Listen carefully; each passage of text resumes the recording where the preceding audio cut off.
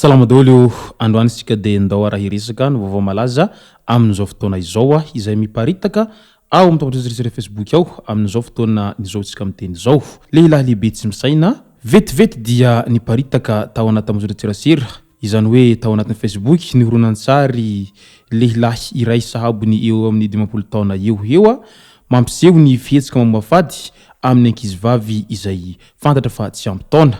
Araky ny fantatra dia avy amin'ny antoko politika TMS ity lehilahy lehibe izay 20 taona ity ka izao tratra ny fiparitahany sary mamafady isan-karazany izao amin'izao fotoana izao.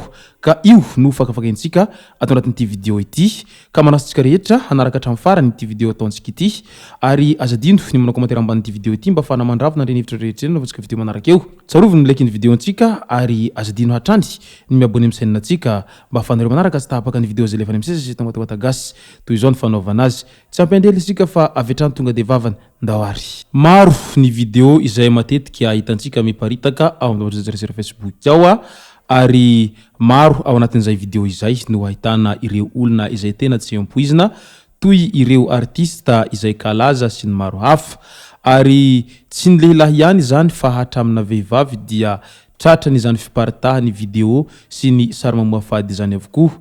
Ary efa ela izay sika no nahita an'ilay sarina député anankiray izay hita fa tena tsy nanao lamba mihitsy izay niparitaka nanerana ny Facebook tamin'izany andro zany dia iny zany izay noheveriny maro hoe misy ambadika politika tamin'izany fotoana izany.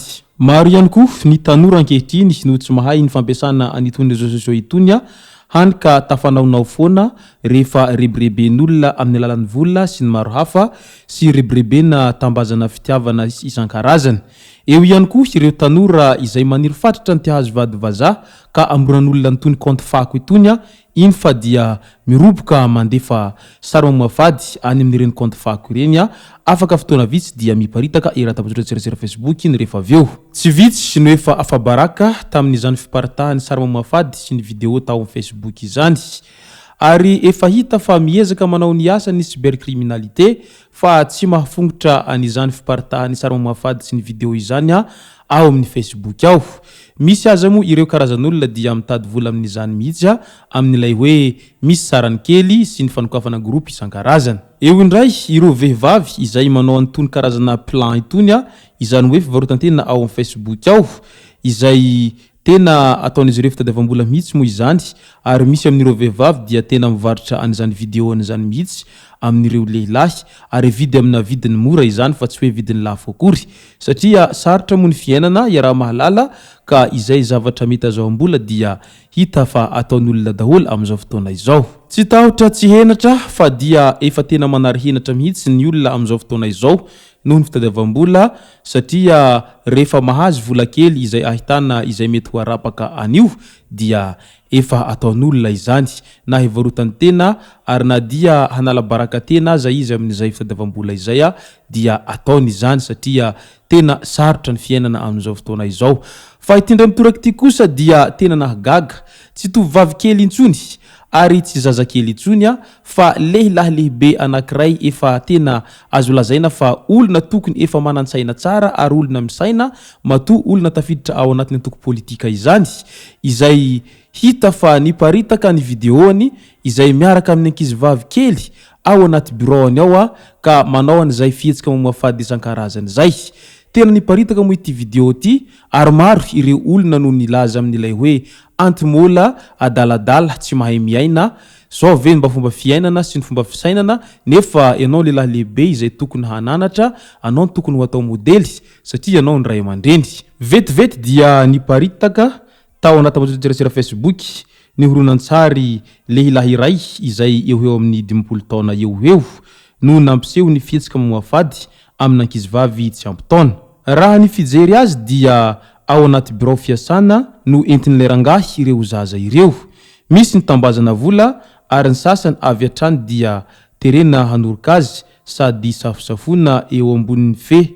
Tranga tsy fahita firy no niseho saingy izao tratra izao ny nafenina tsy takona ihany koa fa niharihary tamin'ny alalan'ny horonan-tsary ilay izy. Toa efa fanao n'ity rangahy ity ilay hetsika tsy fampiseho masoandro sy maharikoriko tahaka an'izao ahina olona tsy lavitra azy no naka ilay horonan-tsary tamina finday ka io ny paritaka io. Araky ny fantatra dia mpikatroka politika avy ao amin'ny antoko malaza iray amin'izao andro zao io rangahy io.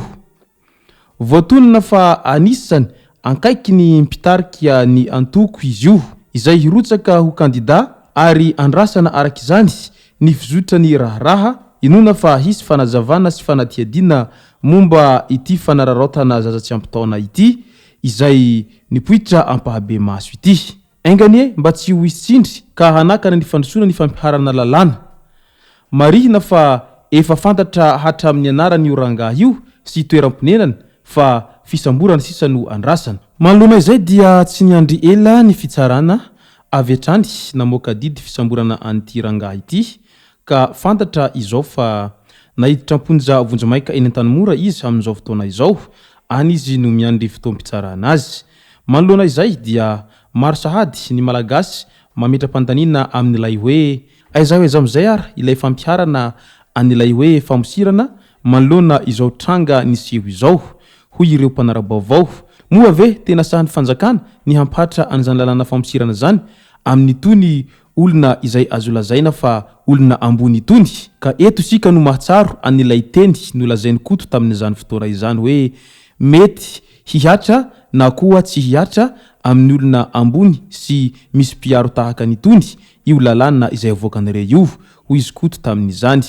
Andrasantsika ara ny fandraisana andraikitra sy ny fanapahan-kevitry ny fitsarana sy ny fanjakana malagasy manoloana izao tranga izay niseho tena hita fa mahamenatra sady maharary izao ka engane mba hiatra amin'ireo olona izay ho heverina ambony.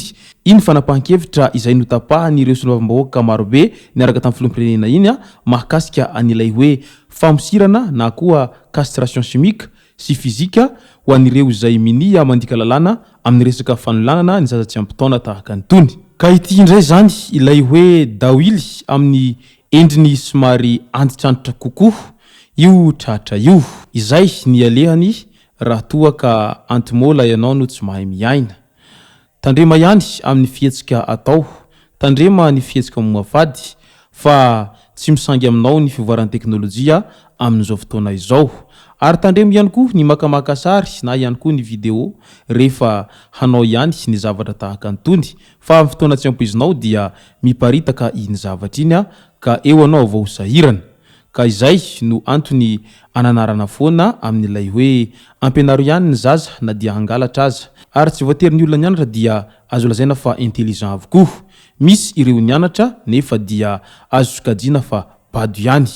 Misy ndray ireo tsy dia nianatra nefa azo sokajiana fa intelligent ihany satria mahay misaina sy mahay miaino ny feon'ny fieritreretana ny sasany amin'ireo olona ireo. Ka izao ny vokany rehefa manaonao foana sy tsy mahay miaino ny feon'ny fieritreretana. Ka mety efa manenina tongotra mantanana ity rangahy ity amin'izao fotoana izao tsika miresaka izao. Le mal est déjà fait hoy ny vazaha ka efa toy ny rano miraraka amin'ny lamosingisa iny tsisy azo raofina intsony.